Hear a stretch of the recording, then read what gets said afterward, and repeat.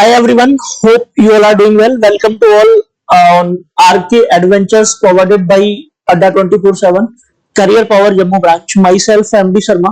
हम लोग आज बातचीत करेंगे JKSSB के द्वारा JK PSI के लिए अनाउंस करेंगे सिलेबस के बारे में और हम उस सिलेबस को कैसे तैयार कर सकते हैं। कई सारे कैंडिडेट्स के साथ एक प्रॉब्लम है कि जिनका बैकग्राउंड या तो मैथ्स का नहीं है या फिर सबसे बड़ी बात ये होती है कि हमारे पास मैथ्स के दो कंपोनेंट देखने को मिल रहे हैं, अर्थमेटिक भी है और एडवांस भी है। जनरली ऐसा होता था कि एडवांस के एक दो टॉपिक सिलेबस में होता था, तो यहाँ पर कुछ ऐसी बातें हैं जिसको हम ध्यान से समझेंगे।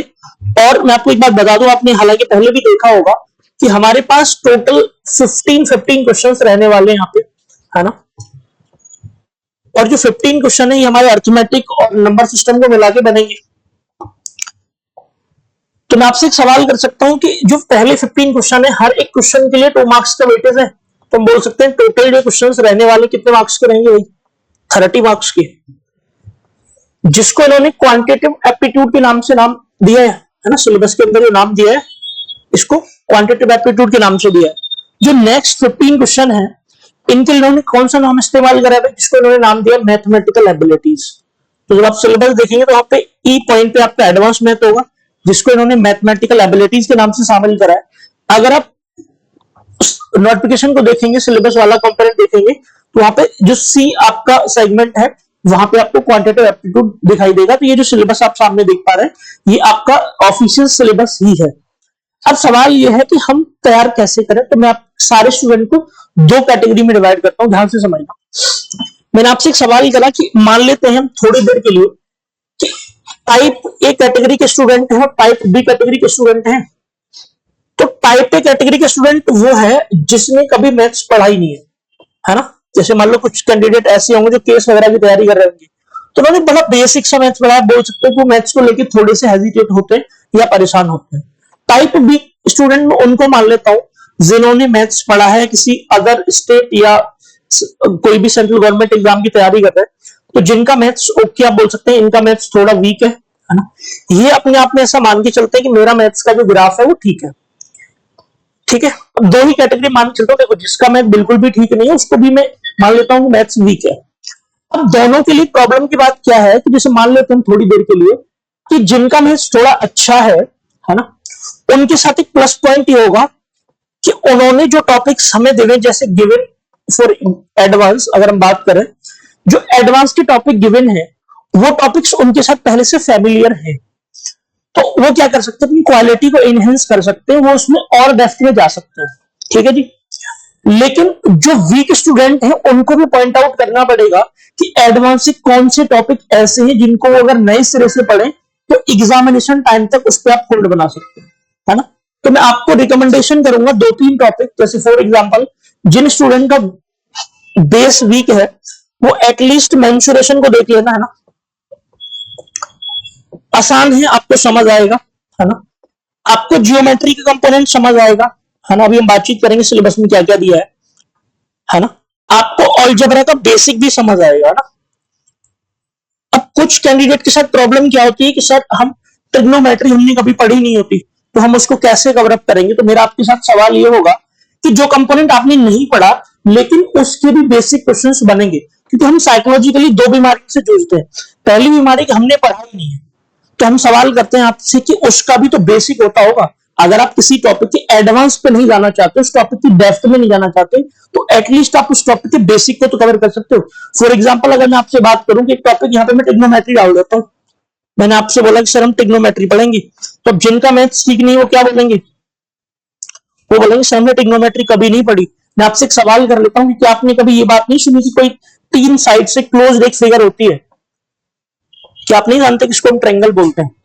और मैं आपसे सवाल कर लूं इस बात को कि अगर मैं इसको एंगल ए ले लेता हूं, इसको एंगल बी ले लेता हूं, इसको एंगल सी ले लेता हूं, तो एंगल बी को अगर हम 90 डिग्री बोल रहे हैं तो राइट एंगल ट्रायंगल होगा, है ना। यहां पे हम ए को इधर लिख लेते हैं, तो इसको हम थीटा बोल देते हैं, कोई बात नहीं है ना। चलो, तो मैं आपसे सवाल करता हूं कि ट्रिग्नोमेट्री क्या है। ट्रिग्नोमेट्री कुछ नहीं कहती, एक ट्रायंगल की 3 साइड है, 3 साइड्स हैं, है ना। इनकी रेशियो को हम नाम क्या देते हैं? Trigonometric ratio.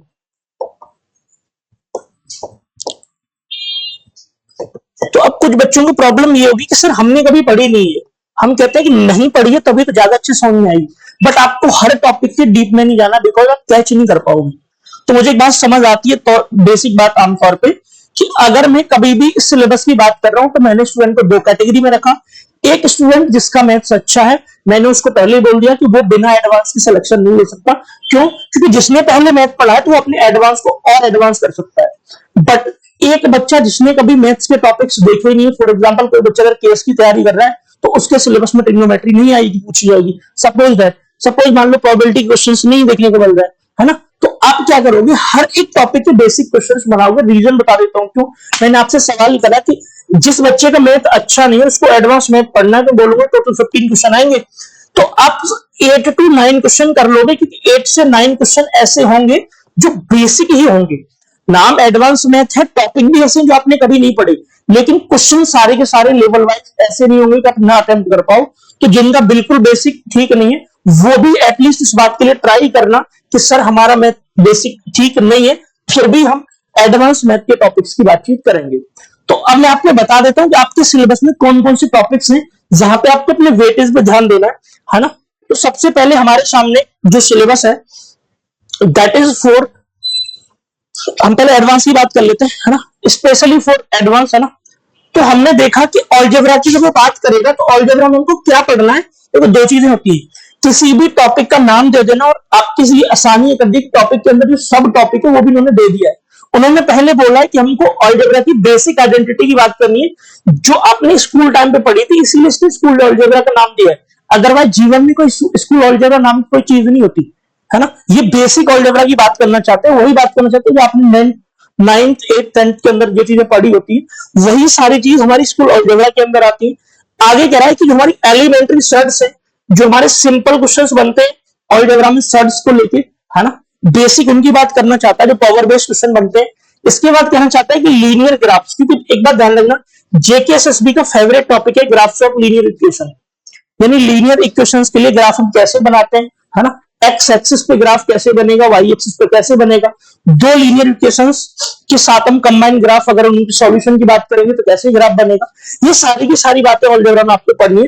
बट मैं इसके बाद भी आपको एक बात और बता देना चाहता हूं कि जो सब टॉपिक्स अलजेब्रा में आते हैं जो इन्होंने मेंशन नहीं करे हैं, आप उनको भी पढ़ना, क्योंकि जेकेएसएसबी का पैटर्न जो मैंने समझा है, मुझे एक बात समझ आती है कि सिलेबस तो बड़ा सारा देते हैं, है ना, और कभी कभी आउट ऑफ सिलेबस चले जाते हैं।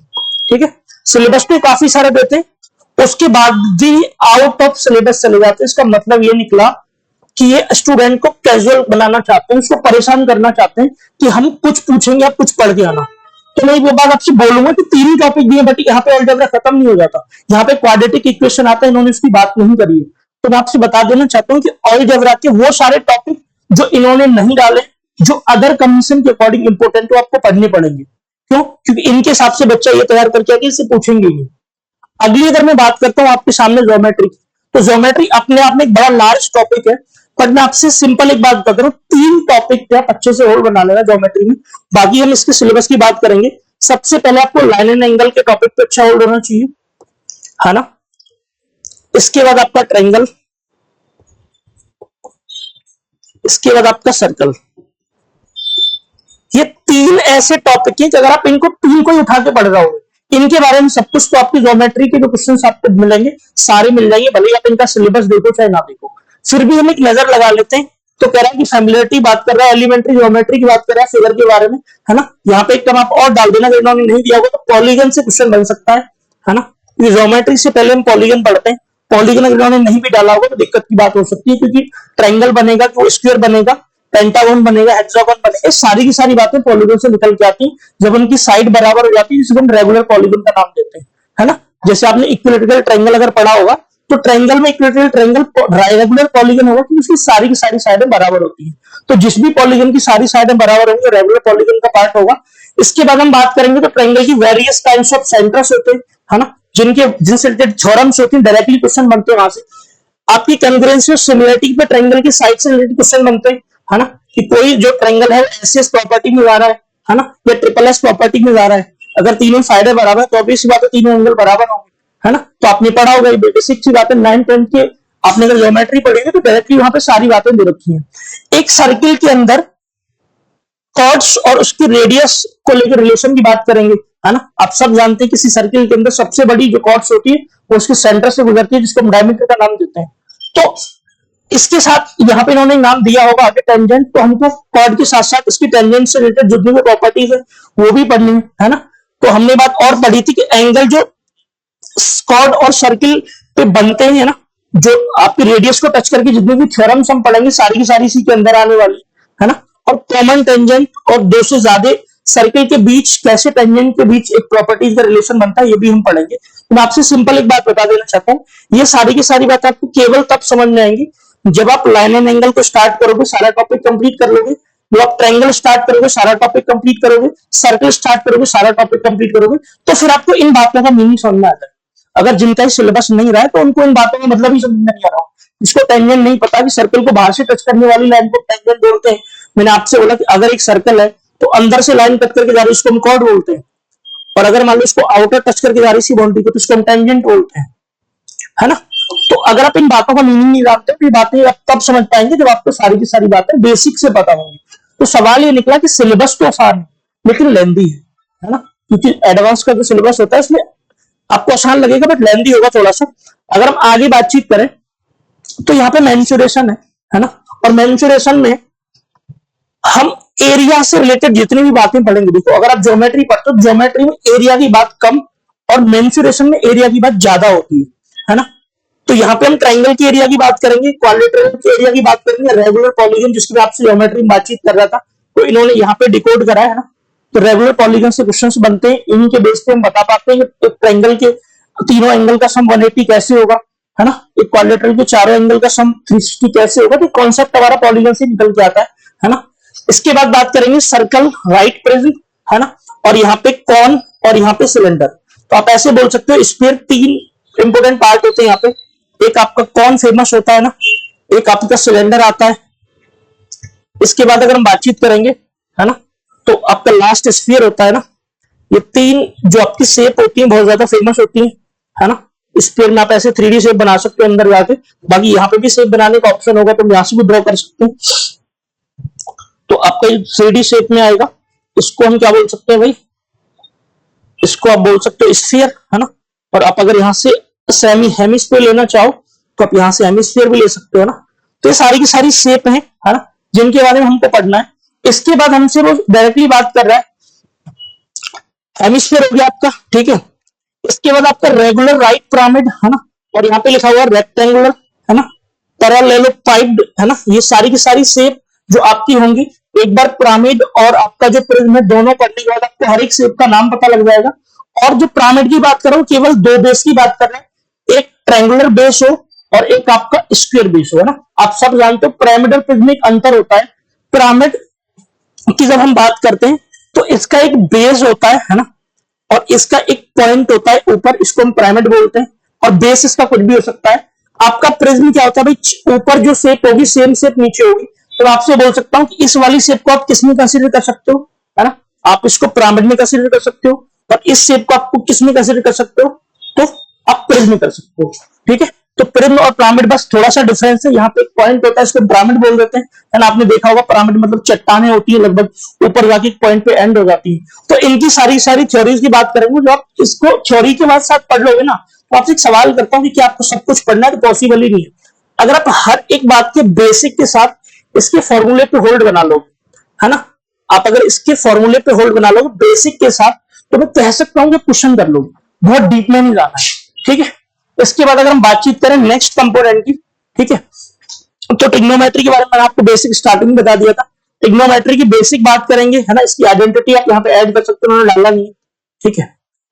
तो ट्रिग्नोमेट्रिक आइडेंटिटीज के बेस पे जो प्रॉब्लम्स आते हैं, उसके बाद ट्रिग्नोमेट्रिक रेशियो के बेस पे कॉम्प्लीमेंट्री एंगल के साथ एक एंगल और आता है यहाँ पे सप्लीमेंट्री एंगल, है ना, जो इन्होंने नहीं डाला यहाँ पे सप्लीमेंट्री एंगल,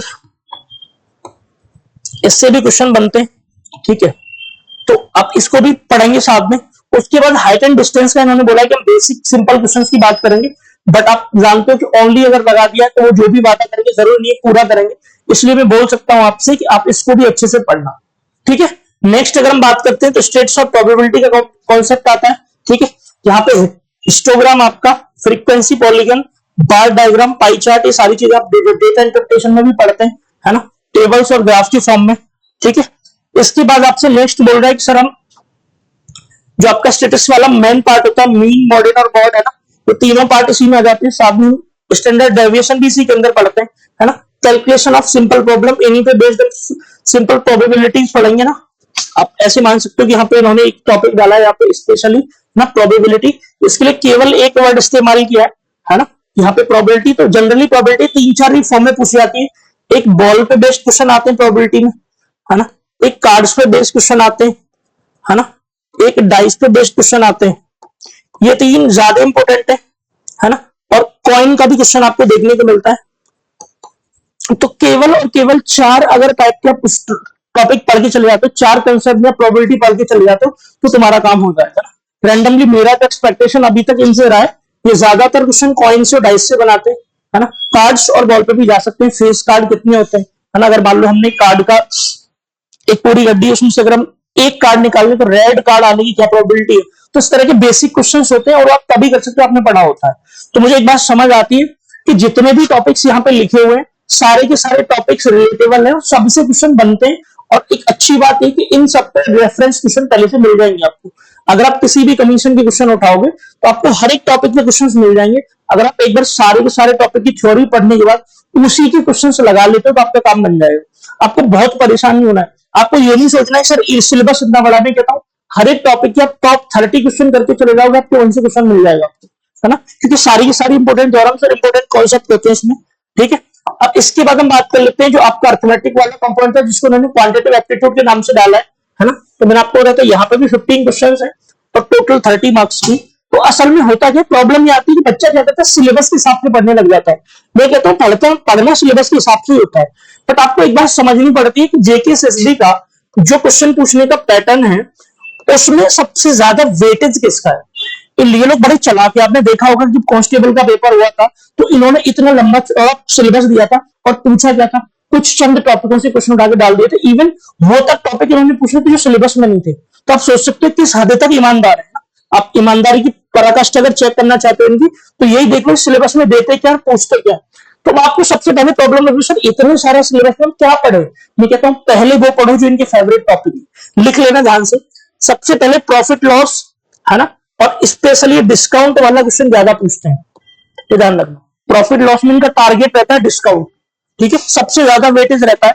अगर मैं जेकेएसएसबी का अगले फेवरेट टॉपिक की बात करता हूं तो एवरेज, और आपने देखा होगा कि कांस्टेबल में भी इन्होंने पार्टनरशिप से क्वेश्चन डाला था जो कि टॉपिक में इन्होंने सिलेबस नहीं था ना, तो पार्टनरशिप आप यहां पे मेंशन कर सकते हो।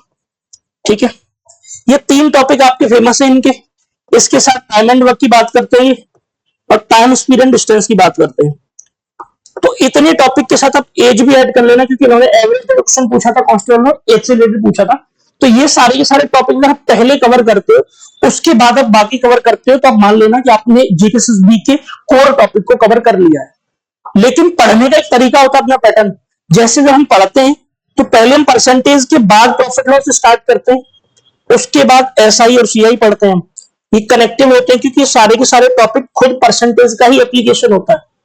ठीक है, जब हम रेशियो पढ़ लेते हैं, है ना, उसके बाद हमको यहाँ पे साथ ही हम प्रपोर्शन लिख लेते हैं। इसके बाद हम जब एवरेज पढ़ते हैं तो एवरेज पढ़ने के साथ आपके टॉपिक कवर होने के बाद यहाँ पे एज पढ़ने में आपको ज्यादा इंटरेस्ट आता है ना। और इसके बाद जब आप मिक्सचर एंड एलिगेशन पढ़ते हो ना, जिन्होंने यहाँ पे डाला हुआ पॉइंट मिक्सचर एंड एलिगेशन, तो आपको नजर आएगी सारी की सारी कहानी कि इस टॉपिक के बाद आपके पास जो रिमेनिंग पार्ट रहता है वो टाइम, स्पीड एंड डिस्टेंस वाला रह जाता है बस, है ना। तीन चार टॉपिक जो इसके रहते हैं।